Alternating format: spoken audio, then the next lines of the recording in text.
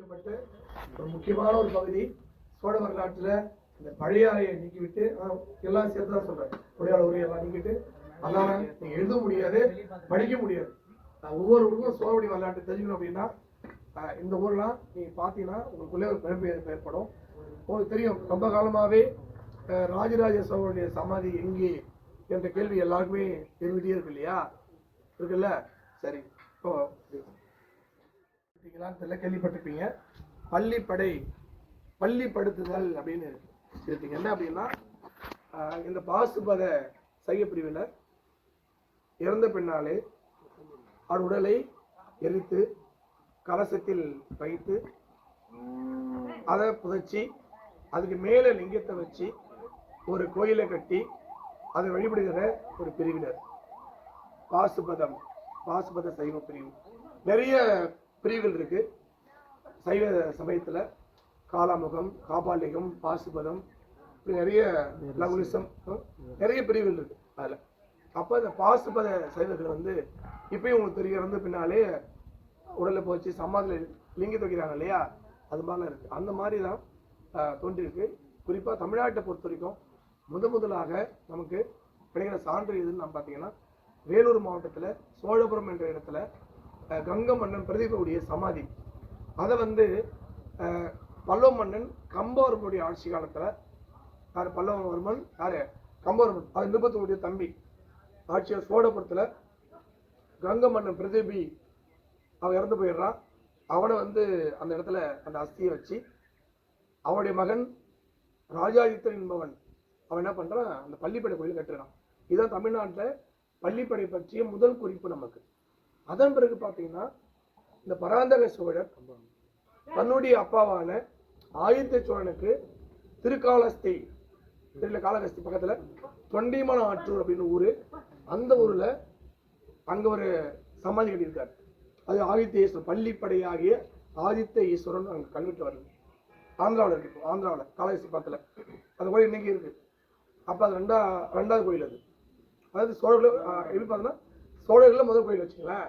தமிழ்நாட்டில் ரெண்டாவது கோயில், ஆனால் சோழர்களில் முதல் கோயிலாக இருக்கு. அப்போ ஆதித்த சோழனுடைய பள்ளிப்படை நமக்கு தெரியும், விஜயநகரம் தெரியாது. அப்போ அதன் பிறகு இந்த ஆதித்த சோழன் பிறகு தொடர்ந்து நம்மளுக்கு குறிப்புகள் சரியா தெரியல. அதன் பிறகு அரிஞ்சய சோழர் தன்னுடைய தாத்தாவான ராஜராஜ சோழர் தன்னுடைய தாத்தாவான அரிஞ்சய சோழனுக்காக மேல்பாடி என்ற ஊர் இருக்கு இல்லையா? வேலூர் பாத்துல மேல்பாடி, அந்த ஊர்ல அவர் போர்ல போய் இறந்து போயிடுறாரு. யாரு? அரிஞ்சய சோழர். எப்படி இறந்தா தெரியாது, ஆனா அதுக்கு அவர் அங்க இறந்தால அது ஆற்றூர்ல இறந்து போயிட்டாரு. அதனால ஆற்றூர் துஞ்சின தேவர் என்று அவர் அழைக்கப்பட்டார். எனவேதான் நிறைய தெரியும், ஆனைமேல் துஞ்சின தேவர், ஆற்றூர் துஞ்சின தேவர். இது துஞ்சினன்றது இறந்து போறது, தூங்கிட்டாரு அப்படின்ற மாதிரி இதுல. அப்போ அவரு இந்த அரிஞ்சய சோழர் போர்ல ராசோட படையெடுப்புல ஆற்றூர் என்ற ஊரை இறந்து போயிட்டாரு. எனவே ஆற்றூர் துஞ்சின தேவர் என்று அழைக்கப்பட்ட அந்த ஆற்றூர் துஞ்சின தேவரான அரிஞ்சய சோழருக்காக மேல்பாடி என்ற ஊர்ல வேலூர் மாவட்டத்துல ஒரு சமாதி கோயிலை கட்டுறாரு. அது எப்படி சார் பேரை வந்து தாதா கட்ட முடியும் அப்படின்னா, அவர் இறந்து போயிடுறாரு, ஒரு சிறிய அளவுல சமாதி அங்க இருக்கு. அதன் பிறகு அடுத்த ஆட்சியில் பாத்தீங்கன்னா உத்தம சோழன் வராரு. அது அரிஞ்சய சோழன், அதுக்கப்புறம் யாரு ஆட்சி, சுந்தர சோழன் ஆட்சி வராரு. அதுக்கப்புறம் உத்தம சோழன் வராரு, அதுக்கப்புறம் ராஜராஜன் வராரு.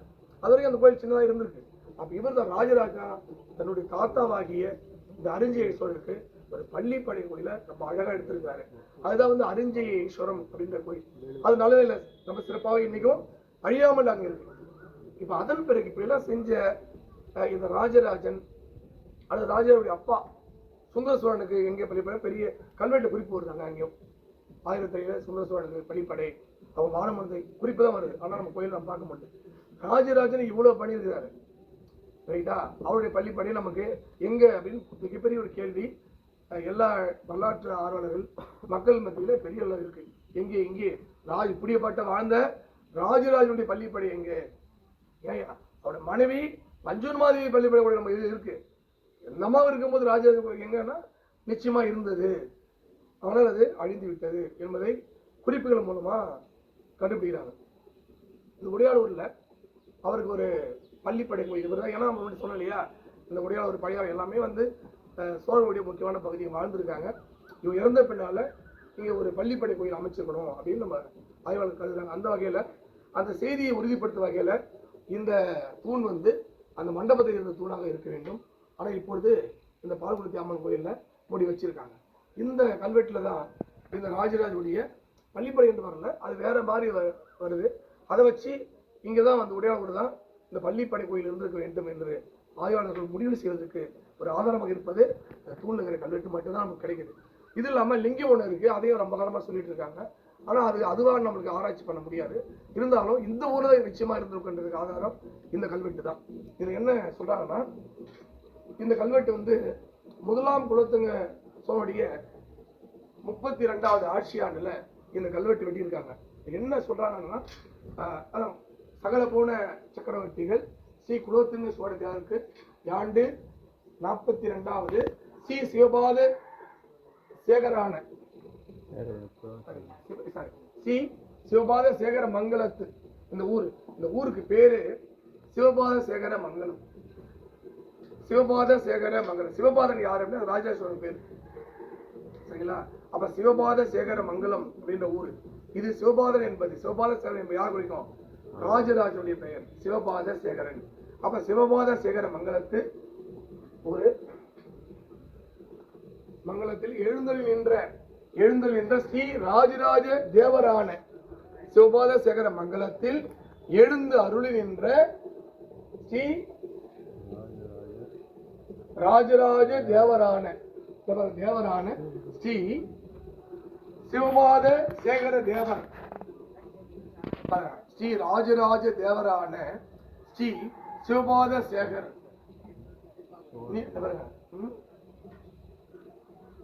திருமாளிகை முன்பில், அந்த திருமாளிகை அவர் எழுந்திருக்காராம் அந்த மண்டபத்துல, அந்த திருமாளிகை முன்னாடி முன்பில் பெரிய திருமண்டபம், அந்த சிவபாத மாநில ராஜா எழுந்திருக்காரு. அந்த பெரிய மண்டபத்துக்கு முன்னாடி ஜீர்ணோர் ரொம்ப அழிஞ்சு போச்சான், அந்த மண்டபம் உடைஞ்சு போச்சான். அதை வந்து நான் என்ன பண்ணியிருக்கேன், இந்த பிடவூர் என்னை சேர்ந்த ஒருவனை வந்து நான் ரிப்பேர் அதை சரி பண்ணியிருக்கேன் அப்படின்றத சொல்ற கல்வெட்டு. இப்போ இதை வச்சு ஸ்ரீ சிவபாத சேகர மங்கலத்து ஸ்ரீ ராஜராஜ தேவரான ஸ்ரீ சிவபாத சேகர எழுந்தொழில் என்று வருது இல்லையா, அவர் வந்து எழுந்து அருள்கின்றார் அப்படின்னு. ஏன்னா இங்க யாரு சொல்ற, அரசனை சொல்றாங்க, சாமீஸ்வரர். அவர் எழுந்து அருள் நிற்கிற மண்டபம் அது ஜீரோ, அந்த மண்டபம் வந்து அழிஞ்சு போச்சு, அதை நான் என்ன பண்ணேன் சரி பண்ணேன் அப்படின்னு சொல்ற செய்தி வைத்து கொண்டு அந்த சிவபாத சேகரன் மண்டப பேர்ல ஒரு மண்டபம் இருந்தது, மண்டபத்திலே ராஜராஜன் எழுந்தறி இருக்கிறார் என்று யார் சொல்றது? பின்னாடி முதலாம் குலோத்துங்க சோழன் ஆட்சி காலத்தில் சொல்லப்பட்டது. முதலாம் குலோத்துங்க சோழனுக்கு தாத்தாவுக்கு அப்பா அவன் சொல்றான். அப்ப இந்த குறிப்பு இருந்துதான் நிச்சயமா உடையாளூர்ல இந்த ராஜராஜனுடைய ஒரு நினைவு மண்டபம், அப்படியே பள்ளிப்படை வரல, நினைவு மண்டபம் இருந்தது என்றால் அதுதான் பள்ளிப்படை இருக்கலாம் என்று ஆய்வாளர்கள் முடிவு வராங்க. சரி, இப்போ அடுத்தது இதுக்கப்புறம் நம்ம பார்க்க போறது ஒரு கோயில் பார்க்க போறோம். அதுக்கப்புறம் தெளிவான ஆதாரத்தோட அந்த பஞ்சவன் மாதிரியுடைய சமாதி பார்ப்போம். அப்ப ராஜராஜனுடைய மனைவி தான் பஞ்சவன் மாதிரி, அதை நம்ம அப்புறம் பார்ப்போம். இப்ப நேரம் கோயில் அருள்மொழி தேவன், மும்மொழி சோழன், நித்திய வினோதன், ஜெயங்கொண்டான், நிறைய பேர். அதுல முக்கியமான பேர் பார்த்தீங்கன்னா சிவபாத சேகரன். சிவனுடைய பாதங்களை எப்பொழுதும் தன்னுடைய தலையிலே எழுதியிருப்பவன் சிவபாத சேகரன். பாதரட்சை, அவருடைய பாதத்தை எப்பொழுதும் சிவபாத சேகரன். சத்ரி சிகாமணி, நித்திய வினோதன், நிறைய பேர் உண்டு. அதுல முக்கியமானது மும்முடி சோழன். முக்கியமான அது வந்து சைவத்தில் அவன் இருந்தாங்க. இந்த சிவபாத சேகரன் என்பது மிக முக்கியமான, நிறைய சமயத்துக்கு அவன் உதவி பண்ணியிருக்கான். சைவத்தை வளர்த்திருக்கிறான். வைணவம், பௌத்தம், புத்தரிகா, நாகப்பட்டினம், சமணம், கரை கோயில்.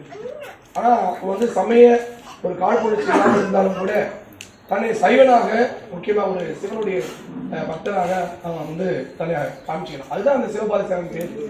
அந்த வகையில் இந்த சிவபாத சேகர மங்கலத்தில் சிவபாத சேகர ஈஸ்வரனுடைய கோயில் அவன் பேர்ல அமைந்த ஊரு. இந்த கோயிலும் அவன் பேர்ல அமைஞ்சது. சிவபாத சேகர மங்கலம் ஊரு, சிவபாத சேகர ஈஸ்வரமுடியார் கோயில்.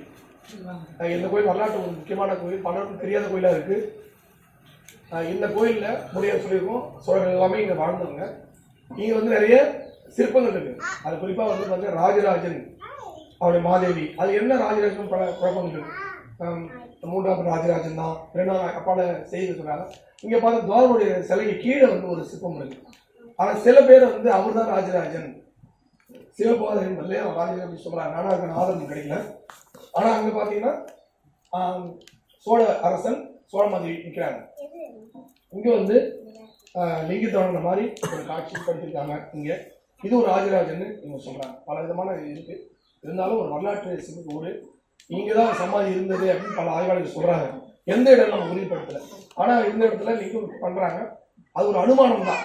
ஆனாலும் இந்த ஊர்ல இருந்தது என்பதற்கு ஆதாரமாக இந்த பால்குளத்தி அம்மனுடைய கல்வெட்டு நமக்கு மிக தெளிவாக எடுத்துக்காட்டுது. அது ராஜராஜ தேவர் எழுந்தருளி நின்ற திருமண்டபத்தின் முன்பு அப்படின்ற அந்த வார்த்தை இருந்து எடுத்துறாங்க. அப்ப ராஜராஜனுடைய ஒரு அவரை பாருங்க, இவ்வளவு பிரம்மாண்டமான கோயில் கட்டியிருக்காங்க.